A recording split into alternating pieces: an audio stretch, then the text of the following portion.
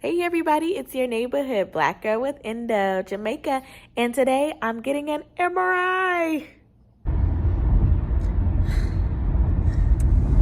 It's a busy day. I have to do my regular life stuff, I have to do my job stuff, and I have to do my health related things.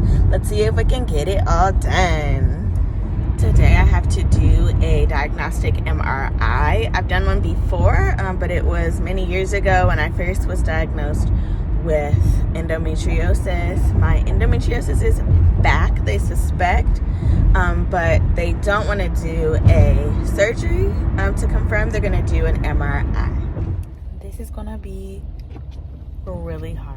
All right, I'm headed to get an MRI. It's a diagnostic MRI. Hopefully it'll tell the doctors a little bit more about what's going on with me. Right now they are quote unquote baffled, which is not really what you want to hear, honestly. So I'm hoping that this gives some answers. So they're just doing it today.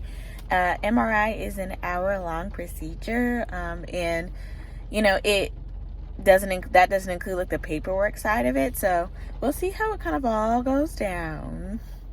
I am feeling really nervous. This is my second time having an MRI, and the first time I had no clue what it was really going to be about. And I find that doctors and medical professionals actually aren't really good educators. Like, they don't know how to, impart information to people so they understand. This is specifically a pelvic MRI. I believe it's actually pelvic and rectal MRI, and the specialist I go to has a specific protocol that he uses. So you can only go to certain radiology centers to get the MRI done, because he's looking for very specific things related to endometriosis, fibroid, and other pelvic issues. So if somebody is not following that protocol, then it's kind of not giving him the information that he needs. That's basically what happened when I went to the ER. I had a CT done while I was there, and he was like, yeah, this is not as useful as it might seem, because they didn't have the same protocol. So what they are searching for, what they're showing, is not the same as what I'm looking for. So the CT wasn't really helpful, and so now I'm getting an MRI. And hopefully this has some telling information on it. It doesn't get read until next week. It's a holiday weekend, so it's actually going to be a little bit further down the line than normal. That's fine. And I, again, am hopeful that it has some answers on it. Because really, when a doctor is like, actually I'm baffled, you're like, okay, but like, you're the doctor, so I need you to have a little bit more information than that, than just bafflement, And so it's been a little bit disheartening. I've been having to kind of go to work being like, I don't really know what's really going on. I know that this is not okay, but I'm not sure what it is. And it's actually been kind of challenging to work through all that anxiety and still like teach little people. But the good thing about little people is that they are so bright and full of energy that it's hard for you not to do the same. So my job is definitely a bright spot in all of this turmoil of health issues that I've had over the past couple months. I'm gonna try to record everything, but we'll see how it actually goes. Coming up on it. Let me put on my mask.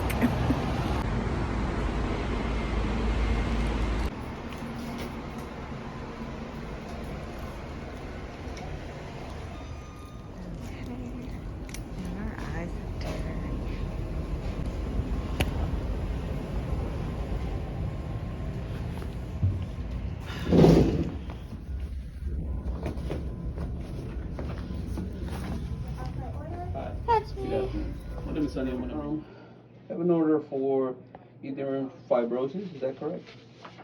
I have uterine fibroids, endometriosis, but they referred me because my belly button started leaking. Your belly button started leaking? Yep. Yeah. Umbilical hernia. And they aren't sure if it's related to any of that. Do you see what I'm saying? Okay. Yeah. Like But not like it's swollen, or there's like pus or any infection. It was swollen, but they didn't think it was infected, but there was something coming out of it, liquid coming out of it. Okay. It's not happening at this very moment. Okay. So what is indication here the road uterine fibroids? So are they assessing for fibroids besides endometriosis? What's going on? Yeah, so I had an excision surgery, and they're just trying to figure out if it came back. Excision surgery. I had endometriosis excision, and they took out the fibroids too. So they're just trying to figure out, did it come back? Is that what's causing the leaking? Yeah. It's not like a belly problem, but It's not my belly button. It is, but it's not. That's not what it's related to. Yeah. Okay, so I'm gonna have you chin. Give me a second. Okay.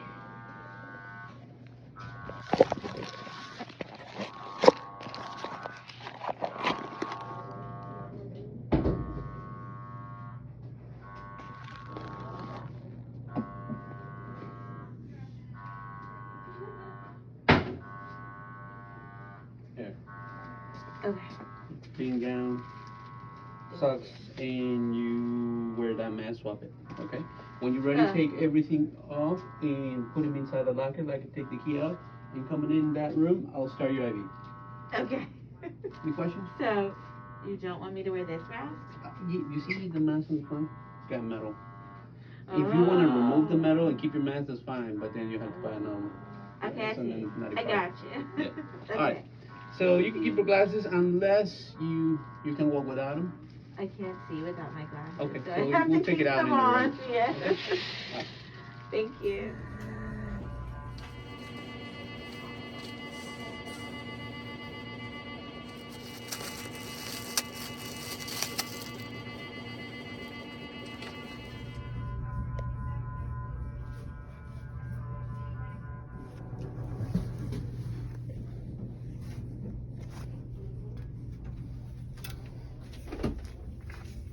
You can come out when you're ready. Okay. Sorry. Coming.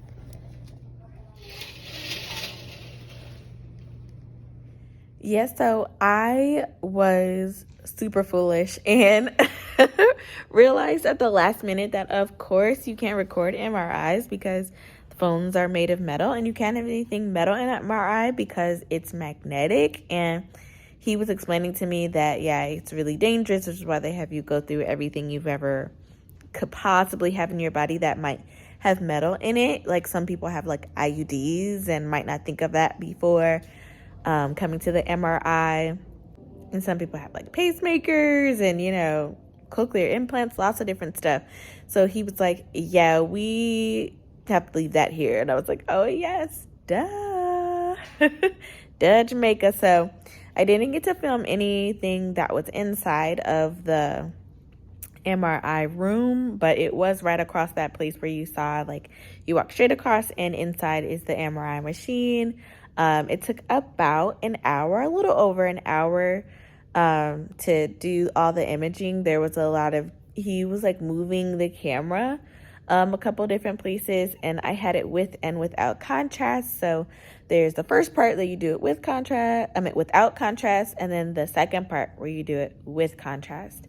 Yeah, so it takes a little bit of time, but I actually fell asleep in the MRI machine, so it's also very comfortable. And for some people, it can be, you know, a feeling of claustrophobia, but for me, I was like, oh, it's dark and quiet. This is just what I needed, and that's kind of how I fell asleep. I woke up, and I will talk to you guys after I get out of the MRI. You'll see in the video that I kind of keep going. So yeah, just wanted to explain why it like goes from like the MRI to back to me taking off my clothes. Yeah, can't bring phones into the MRI room.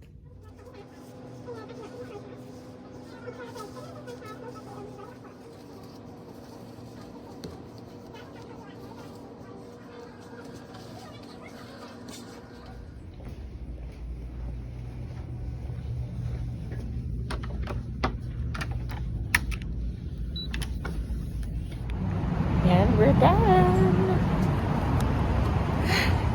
All right, finished my MRI. Feeling a little bit groggy, but other than that, I'm okay. Have a couple of souvenirs I'll show you guys and talk about what the procedure was like. All right, back to my favorite place to film, my car. we have a couple souvenirs, like my IV bandage, very chic. I will say that my favorite souvenir are the socks. I have so many of these socks, which really just tells you how sick I am, but they are just really good socks, and they're really not even that cushiony. Like, they're not fancy or anything. They just keep you warm and safe, and I love them. This time the socks are baby blue, which I really like. I have a lot of dark blue ones, but I like the baby blue. Looks good. I also got earplugs. It's interesting because I'm like kind of want to use these in my like regular life. They worked really well. Like, I could not really hear anything except, like, he asked me what kind of music I wanted to play, and I was like hip hop. He ended up playing like, I don't know, electronic, but that's okay. He tried. And I could hear like the beat, but I couldn't even really hear like the words. And then when I came out of the MRI, I was like, okay, I was right. This was like electronic, like club music, not like hip hop. So, but you know, like I said, good try. Anyway, these were like really cool, and I liked them because they worked really well. I should have thought about this, but I didn't. An MRI is a magnetic, you know, machine, and so I couldn't wear my N95 mask because it has metal on it. Duh. I thought I was being like extra careful, and I was, but he was like, yeah, that's gonna fly off, so you can't even have to wear like the regular like dollar store mask. He was like, here you go. And I was like, are you sure you want me to wear that? He was like, yes, I'm 100% sure. And then he was like, you know, because of the metal. And I was like, oh yes, the metal.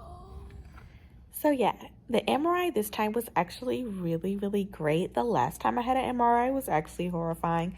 It made me never want to ever have an MRI again. It made me never want to work with that doctor again, and I actually didn't. I never went back to see him. But the MRI itself was also really traumatizing the first time I did it. This time it was actually fine, and now it's just kind of a waiting game. Like I said, it's a holiday weekend, so the wait is a little bit longer. But the doctor did make a special time for me to review my MRI a little bit earlier because, like I said, he is baffled. He said he's never seen anything like this before, so he wants answers, as well as I obviously want answers too. So yeah, I will update you guys when we have the results and, you know, the report comes in, and hopefully it is at least something that we can do something about, and it's not just more questions. Thanks so much for watching. Remember, you deserve to live your best life. Get yourself a specialist, get yourself treated, and live life to the fullest. Catch you next time.